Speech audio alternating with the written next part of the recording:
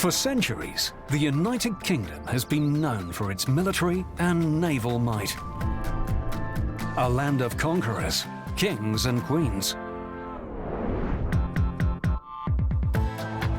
But embedded in the very fabric of the nation is also a profound love of the arts and culture. One that has inspired the creation of some of the world's finest art, music, literature and film. Come see how the arts have shaped this kingdom and how the kingdom has shaped its artists.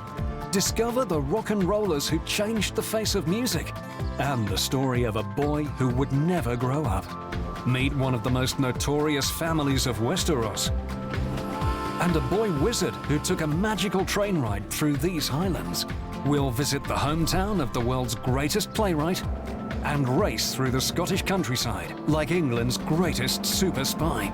Join us as we explore some of Britain's finest cultural achievements and the people who were moved to create some of the world's most celebrated works of art.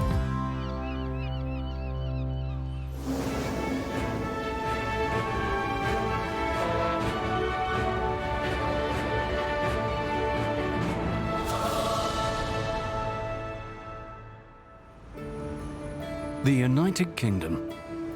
These islands in the North Atlantic have influenced cultures all over the world. But England, Wales, Scotland and Northern Ireland maintain regional pride and identity as well. For many years, Great Britain has led the world in producing some of the top artists, musicians, actors and writers.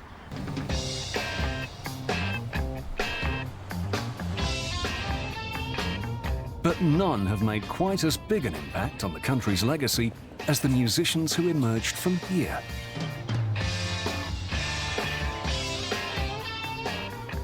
As the sun rises in the northern English city of Liverpool, the early morning light casts a warm glow over the country's most beloved sons, John, Paul, George and Ringo. Unveiled in 2015, the monument, which stands just steps from the waterfront, pays homage to the world's most influential rock band, the Beatles.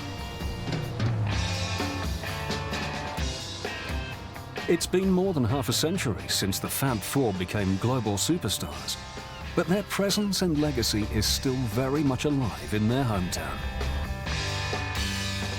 Today, fans congregate here, inspired by John and Paul's early life in the city.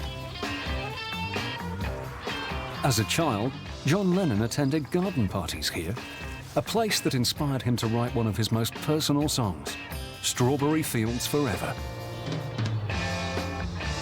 At this stop, the shelter in the middle of a roundabout from Penny Lane, young Paul boarded the bus to John's house.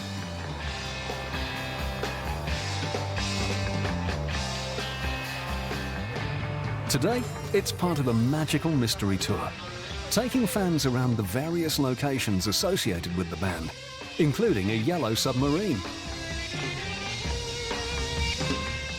During the summer, the submarine functions as a floating hotel where guests can spend a night admiring the 1960s themed psychedelic interiors.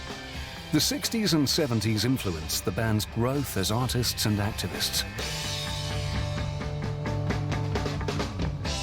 This monument on King's Dock commemorates John Lennon's lifelong dream of world peace.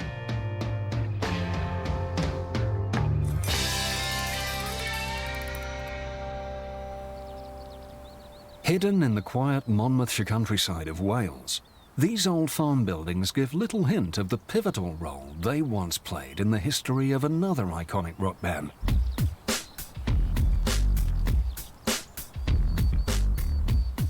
This is Rockfield Studios, the world's first residential recording facility. For years, artists from Motorhead to Coldplay have come here to live, write and record. The facility has two studios, the Coach House and the Quadrangle Studio. It's here in 1975, where the band Queen recorded one of the greatest rock anthems of all time, Bohemian Rhapsody.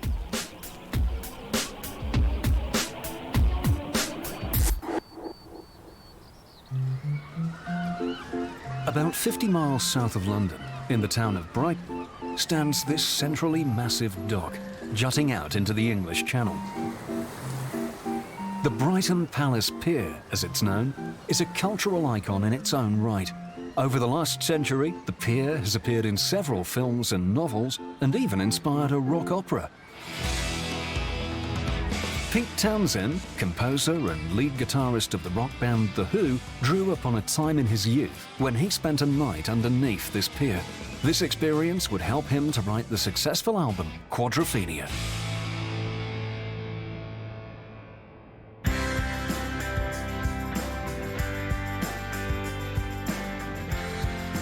The industrial city of Manchester in northern England may be best known for its football team.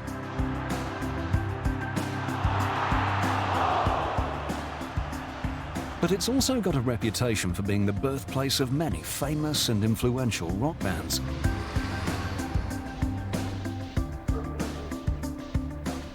The city takes pride in its working-class roots and the inherent dignity of the everyday man. And some of the world's most innovative bands arose from its modest surroundings. The Smiths, Joy Division, the Buzzcocks, and New Order.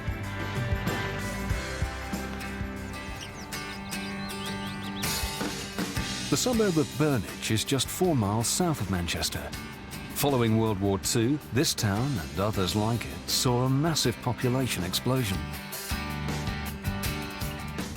Inspired by groups like the Smiths and the Beatles, brothers Liam and Noel Gallagher formed their band Oasis not far from here. This playing field was the backdrop to the music video for their hit song Shakermaker. The lyrics include a nod to Sifter's record shop, a favourite haunt of the Gallagher brothers growing up. Another rocker whose ordinary background influenced his music calls this coastal town of Wallsend home. Wallsend once marked the eastern end of Hadrian's Wall, a great relic from the Roman ages located in northeast England. But today, it's better known as the hometown of international superstar Gordon Sumner, also known as Sting. Sting grew up here in this red brick terraced house, now a fast food outlet, and spent his childhood near the Swan Hunter shipyard.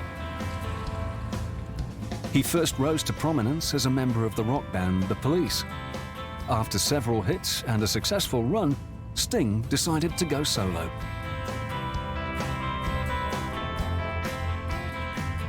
Memories of his hometown have had a profound influence on Sting's work. The title track of the singer's 1991 album, The Soul Cages, is filled with references to Newcastle. It won the first ever Grammy Award for Best Rock Song.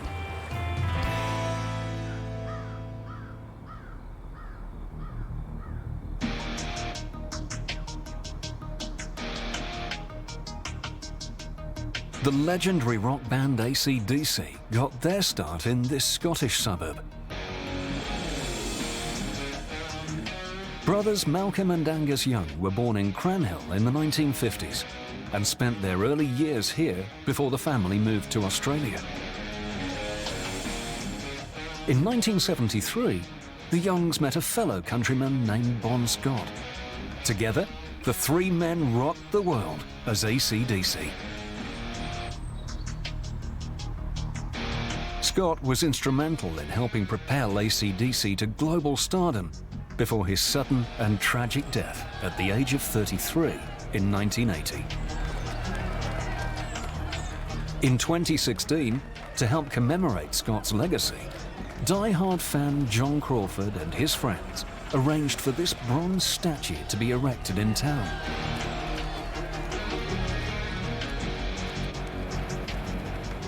Completely funded by fans across the globe, it's a testament to Scott and the band's influence on the world.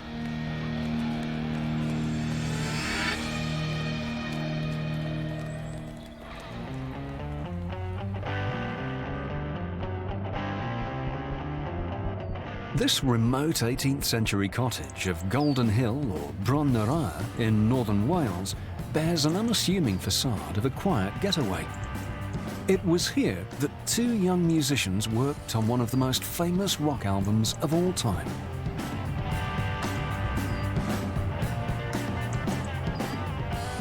At the time, this was the holiday home of the Plant family. Robert Plant and his bandmate Jimmy Page had just completed a long North American tour. They escaped to this cottage to write and partly record Led Zeppelin III. Today, it remains a mecca for dedicated Zeppelin fans throughout the world. From rock gods to mythical rulers, legends have always played a strong role in British culture.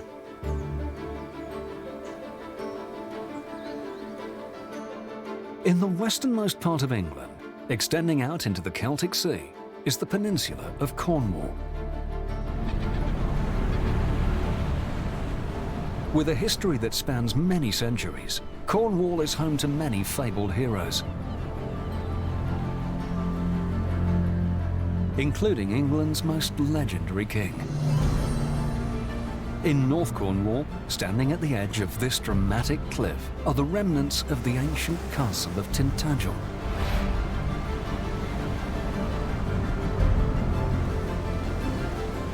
It's where the legendary story of King Arthur is said to have begun. It's here that Uther Pendragon and Lady Igraine conceived their son Arthur, the boy who would one day become Britain's greatest legendary king.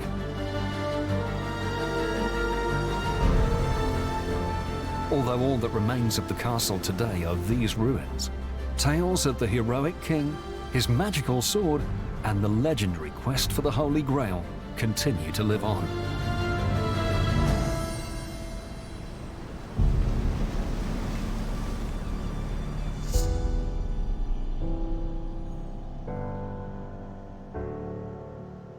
Landmarks of Arthur's tale are scattered throughout Great Britain, etched into its very countryside. Here in Scotland is 350-million-year-old Arthur's Seat, a great vantage point offering the best views of the city of Edinburgh. But this place is more than just a tourist destination. Legend says that this was one of the locations of the Kingdom of Camelot.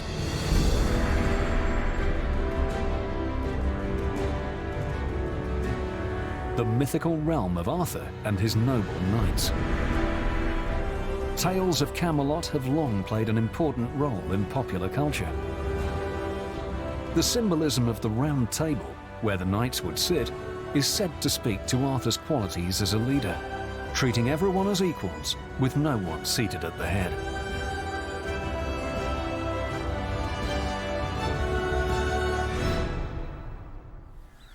But British legends don't just revolve around iconic figures. The country also has a rich history of legendary mythical creatures.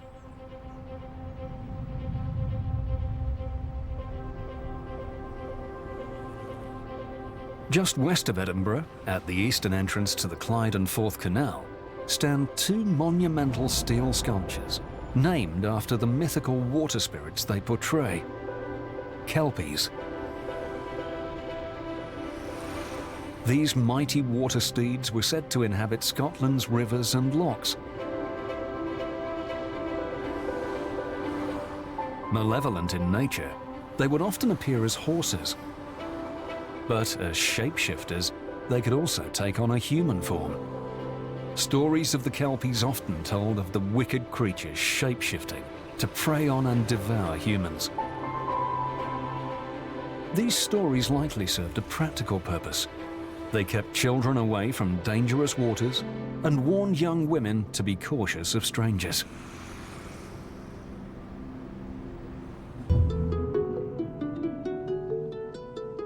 The Welsh have no shortage of folklore associated with their lands. Brecon Beacons National Park is one of the 3 national parks in Wales. It's centred around this mountain range, the Brecon Beacons.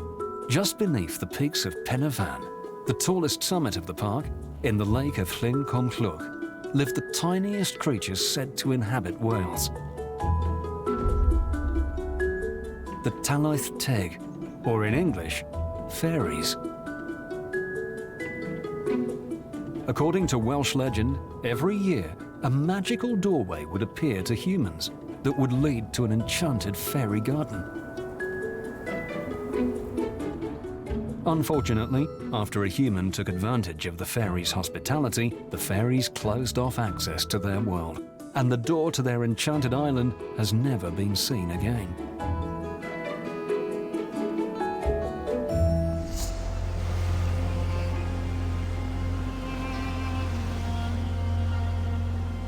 Legends come in all sizes here in Britain, from the tiniest of fairies to the enormous creatures who are rumoured to be responsible for this unique landscape.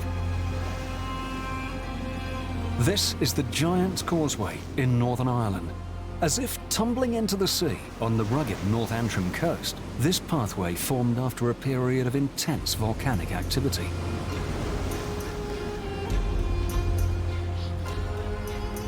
This may be the scientific explanation of how the causeway came to be, but locals have a much more imaginative story to explain its origins.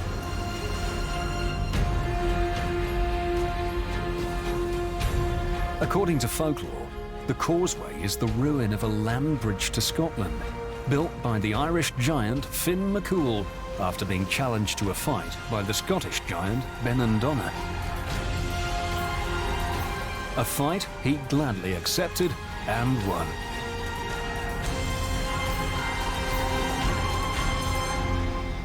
Either way, this dramatic natural wonder remains an inspiration to anyone lucky enough to experience it.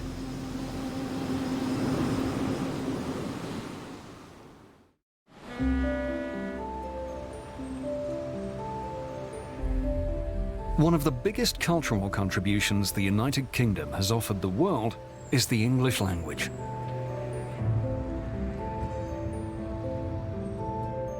The origins of the language date back to the mid-5th century.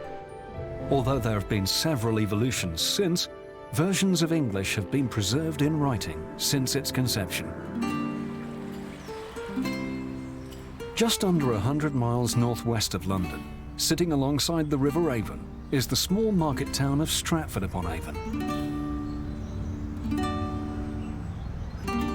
Today, this small provincial town attracts over 2 million visitors a year, but that might have something to do with its association with a certain world-renowned playwright.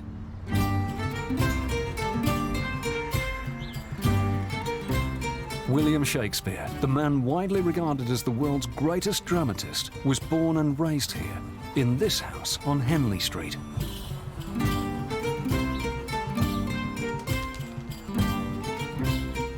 In 1585, Shakespeare left to find his fortune in the big city of London.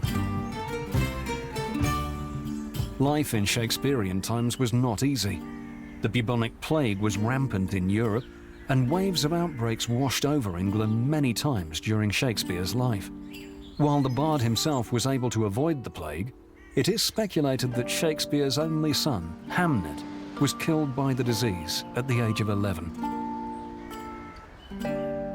Many scholars believe this loss greatly impacted his work, and might even have inspired the creation of Hamlet. Despite these hardships, Shakespeare managed to complete an impressive body of work by the time of his death in 1616. He's buried here, in the chancel of Stratford's Holy Trinity Church, where he had once been baptized. Shakespeare's legacy and work live on well past his death.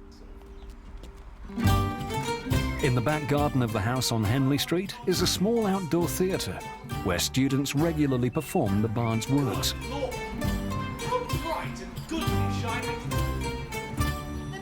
By fostering such a rich literary legacy, Great Britain has produced an impressive array of authors who have impacted the world.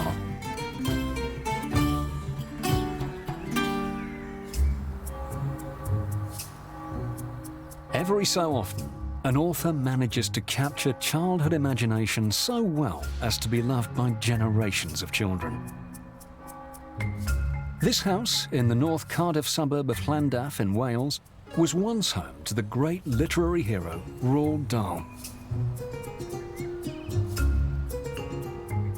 The author of great English books like James and the Giant Peach and Matilda was born to immigrants from Norway, and his first language was Norwegian. Growing up in Llandaff had a profound impact on Dahl. As a child, he and 4 of his classmates were punished for placing a dead mouse in a jar of gobstoppers to torment a local sweet shop owner. Gobstoppers, a favourite sweet amongst British schoolboys, were referenced in one of Dahl's most famous books. In Charlie and the Chocolate Factory, a candy shop manufactures a fictional sweet known as Everlasting Gobstoppers.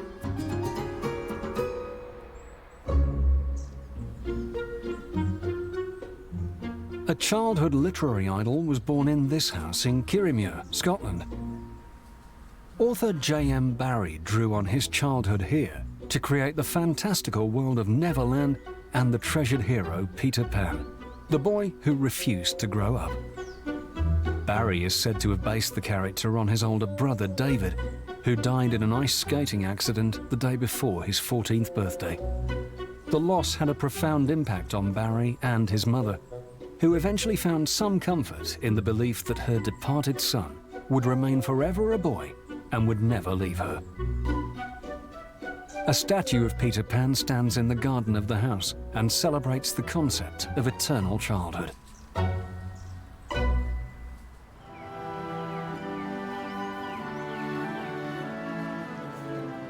This house, east of London in Rochester, Kent, once belonged to an author regarded by many as the greatest novelist of the Victorian era, Charles Dickens.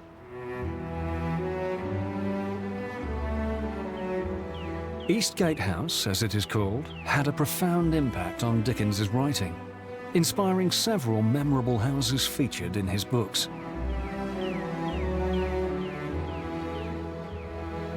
In the garden of the Eastgate estate stands this unusual feature, which was moved here in 1960. Dickens's Swiss chalet originally stood at his home in Gad's Hill, a town just a few miles northeast of here. Dickens had arranged the building so that the upper floor, where he would do most of his writing, would give him a view of the Thames, a river often featured in his works. The renowned author of such works as Oliver Twist and A Christmas Carol was very much influenced by his surroundings. The city of Rochester inspired some of his most famous characters, including those found in Great Expectations.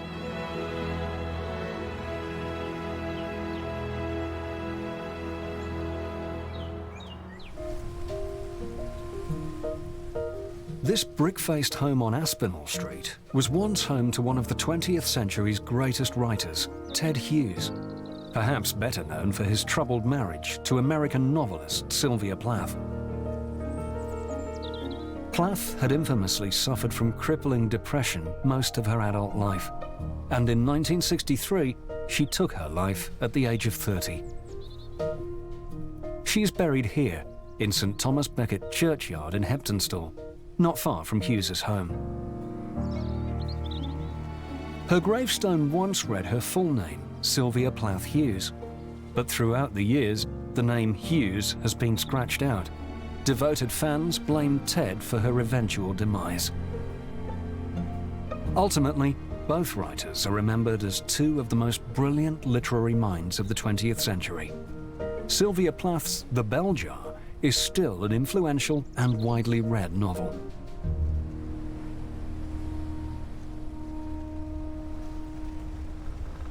Many natural wonders in Great Britain have sparked the imagination of writers.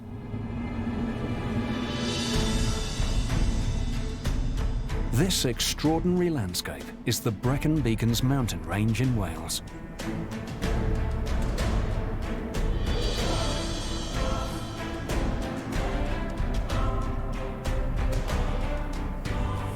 The awe-inspiring site served as the main inspiration for J.R.R. Tolkien's Misty Mountains in his much-beloved series The Lord of the Rings and its prequel, The Hobbit.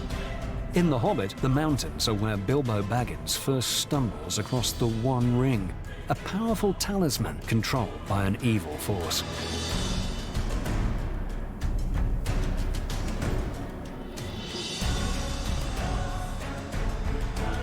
The One Ring plays a central role in all 3 books in the subsequent Lord of the Rings series.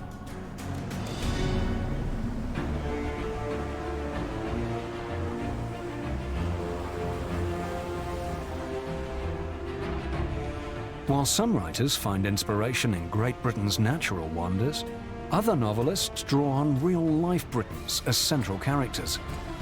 Here, in Lower Largo, Fife, in Scotland, stands the statue of a privateer and Royal Navy officer known as Alexander Selkirk, the real-life inspiration for Robinson Crusoe.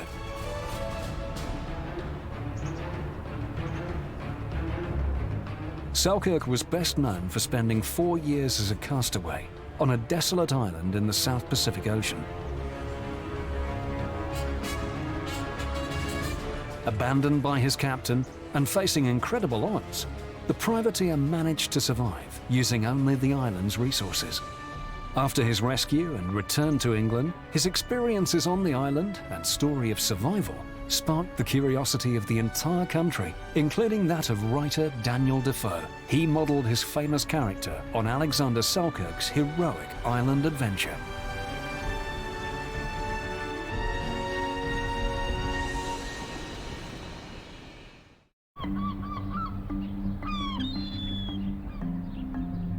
Drama has played an important role in British culture since the early days of Roman occupation, when it was first introduced. After all, in the worlds of England's greatest playwright, all the world's a stage.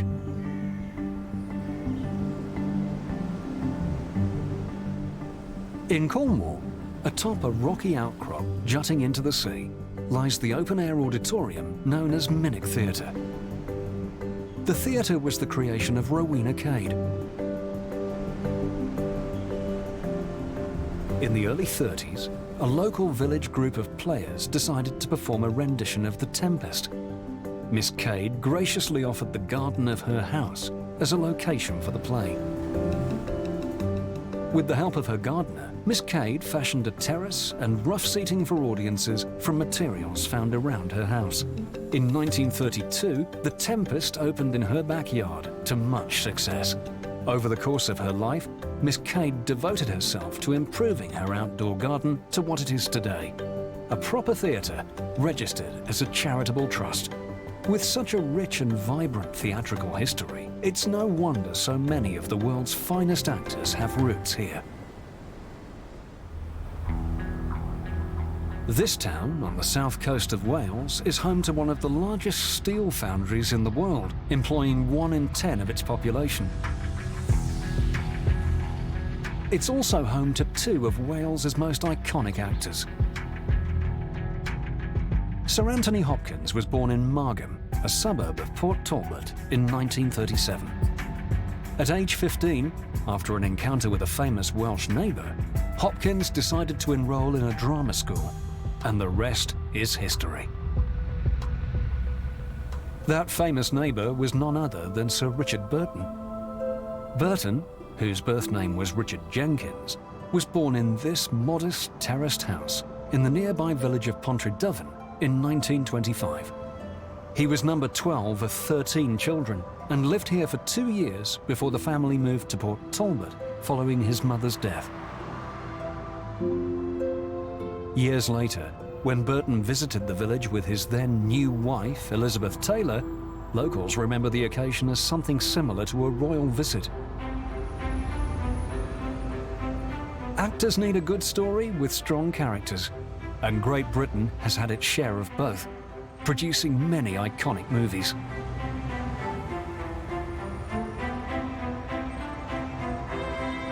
This is the Palace of Westminster, the principal seat of British government. About 400 years ago, it was also the location of a notorious plot that would go on to inspire popular culture featured in film and television.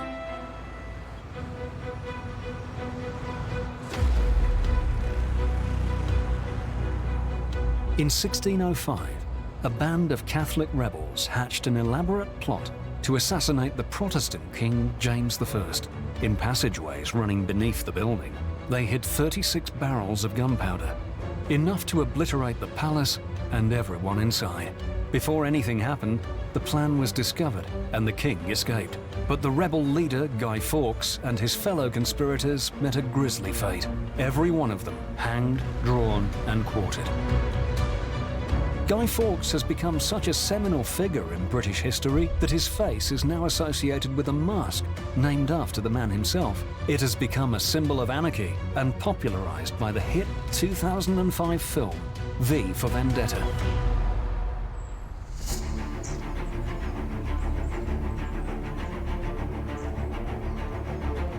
On the banks of the River Forth, overlooking the city of Stirling, stands this striking memorial. This Scottish national hero is none other than William Wallace, known by many from the 1995 film that immortalised his legacy, Braveheart. In the 13th century, Wallace accomplished a monumental task, uniting many of Scotland's fractious clans. Together, they were able to resist an invasion by the tyrannical Edward I of England. In 1297, just a few yards from this spot, Wallace and his men defeated one of the most powerful English armies at the historic Battle of Stirling Bridge.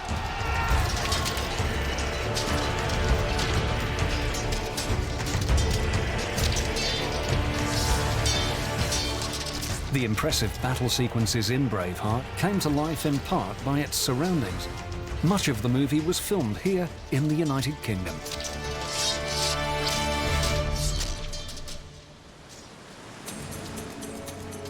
The magic of the British landscape has certainly not gone unnoticed by filmmakers. The British Isles are full of fantastical locations that have inspired unforgettable scenes in several iconic films. This is Alnwick Castle, the historic seat of the Dukes of Northumberland, and possibly the most photographed castle in all of England.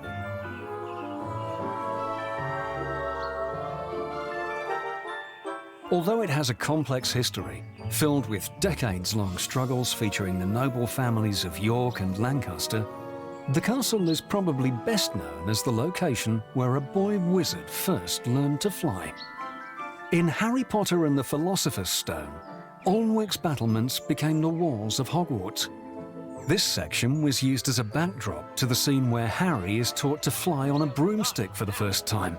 Today, a group of fans are recreating the memorable broomstick lesson given by Madam Hooch. The classes, which are open to all visitors above the age of 6, are extremely popular. They offer a chance for fans of the franchise to get a small taste of Harry Potter's wonderful wizarding world.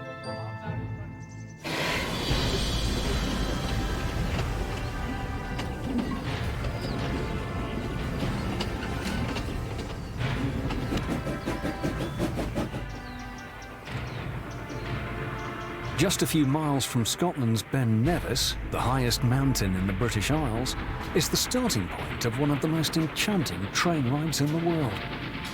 This old steam train, seen chugging along, is none other than the famous Hogwarts Express. The train that brings Harry and his fellow students to the School of Witchcraft and Wizardry. It crosses the magnificent 21-arched Glenfinnan Viaduct, which was opened in 1901. The crossing provides two of the most stunning views of the Glenfinnan Valley and Loch Shiel to the south. Passengers can imagine being transported to the magical Highlands and heading straight for Hogwarts Castle themselves.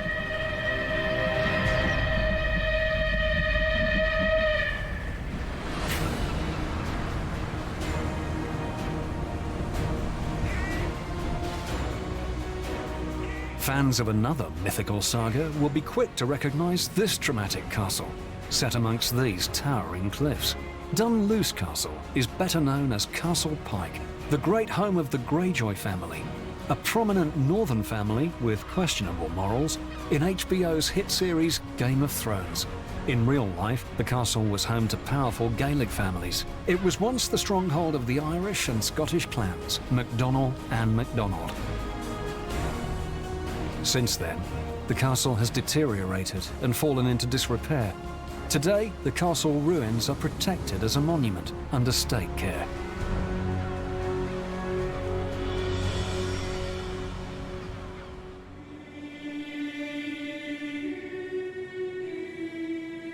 In addition to castles, the United Kingdom is home to an impressive number of houses of worship. Sitting on this small hill above the Rosslyn Glen in Scotland is a 15th century sanctuary known as Rosslyn Chapel.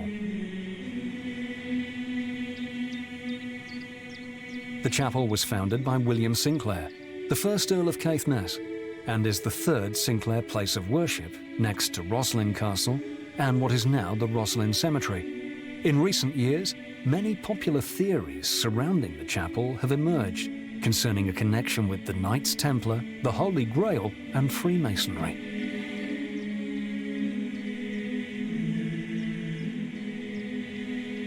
The chapel catapulted to fame in popular culture when it was included in the 2003 Dan Brown novel, The Da Vinci Code. A film by the same name was released 3 years later, starring Tom Hanks.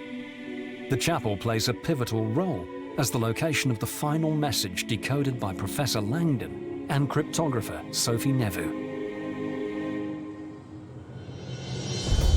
The 2015 James Bond film Spectre featured an important scene filmed here at Blenheim Palace.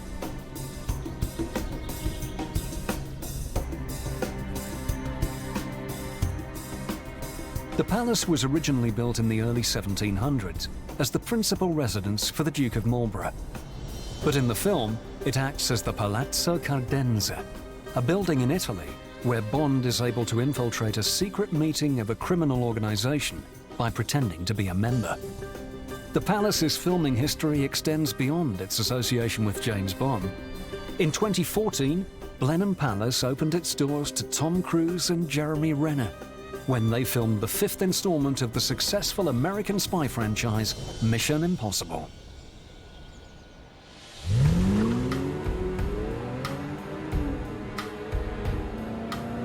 The lush hills and valleys of the Scottish Highlands are no stranger to the silver screen.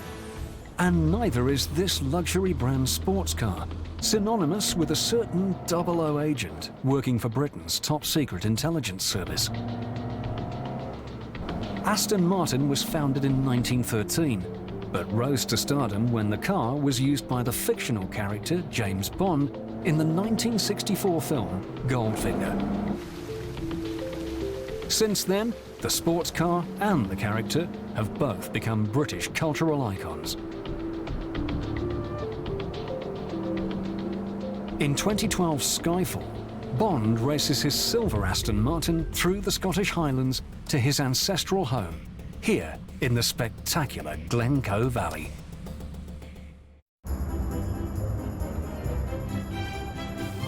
While film and television are an integral part of British culture, so are the arts in general. From the visual arts to the performing arts, Britons find a way to celebrate their colourful history in all forms. Artists are certainly admired in Great Britain. Here, in the city of Glasgow, are 3 murals of Sir Billy Connolly, one of Scotland's most beloved comedians.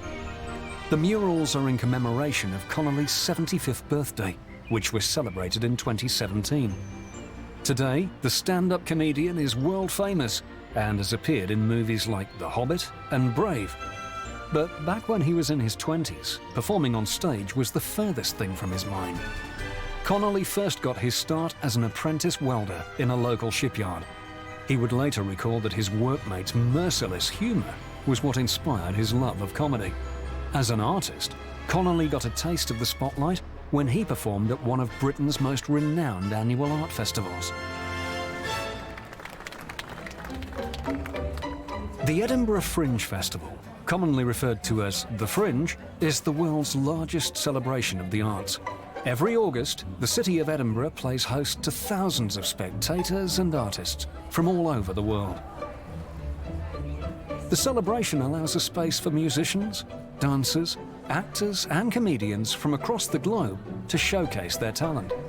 Here along the Royal Mile, the ancient cobbled street that winds its way through the heart of the city, street performers vie for space with those trying every trick in the book to promote their talent. Luckily, Britons don't have to wait for a yearly festival to enjoy art. It can be found etched right into the very landscape of the country. Over 3,000 years ago, this piece of land art was carved into the upper hills of the Berkshire Downs, one of the most distinguished pieces of land art in England. This is the Uffington White Horse. Though it has remained a part of Berkshire for centuries, people are still unclear of its significance. The 360-foot-long figure's alignment with the midwinter sun might suggest a prehistoric spiritual connection.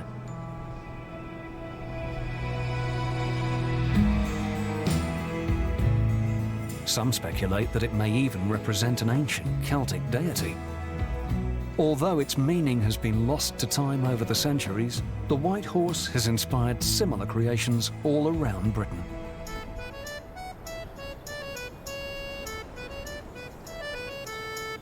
On a hill near the village of Cerne Abbas in Dorset, a group of Morris dancers are welcoming the rising sun on the first day of summer.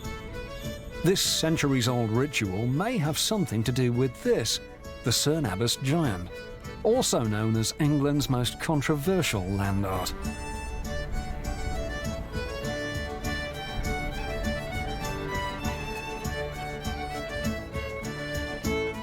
The origins of the massive chalk figure are hazy, but many believe, for one obvious reason, the drawing represents an ancient fertility god.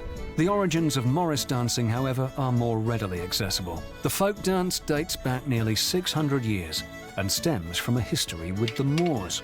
Over time, Moorish dancing became Morris dancing.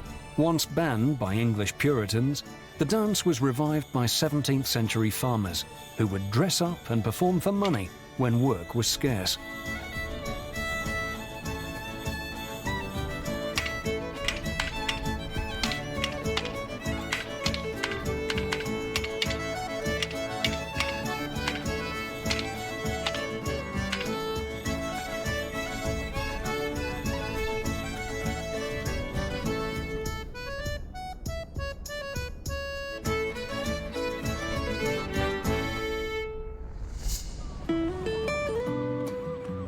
From the hillsides to its city streets, England is overflowing with art. This city of Bristol in southwest England has had a long history of a thriving arts scene. In recent years, its urban landscape was the first canvas used by the most famous modern-day street artist, Banksy. The elusive graffiti artist is believed to be from Bristol, with dozens of his earliest works on display in the city, including Girl with a Pierced Eardrum. An homage to the famous Vermeer painting, the Banksy version features a security alarm in place of the original earring. It's just one of the many innovative and influential artworks that have emerged from the United Kingdom.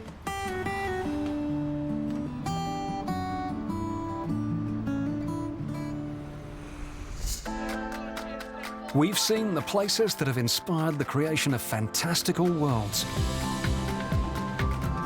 and the hometowns of the world's most legendary rockers. We've soared over the landscapes immortalized in iconic films, and discovered the legends that continue to inspire generations of storytellers.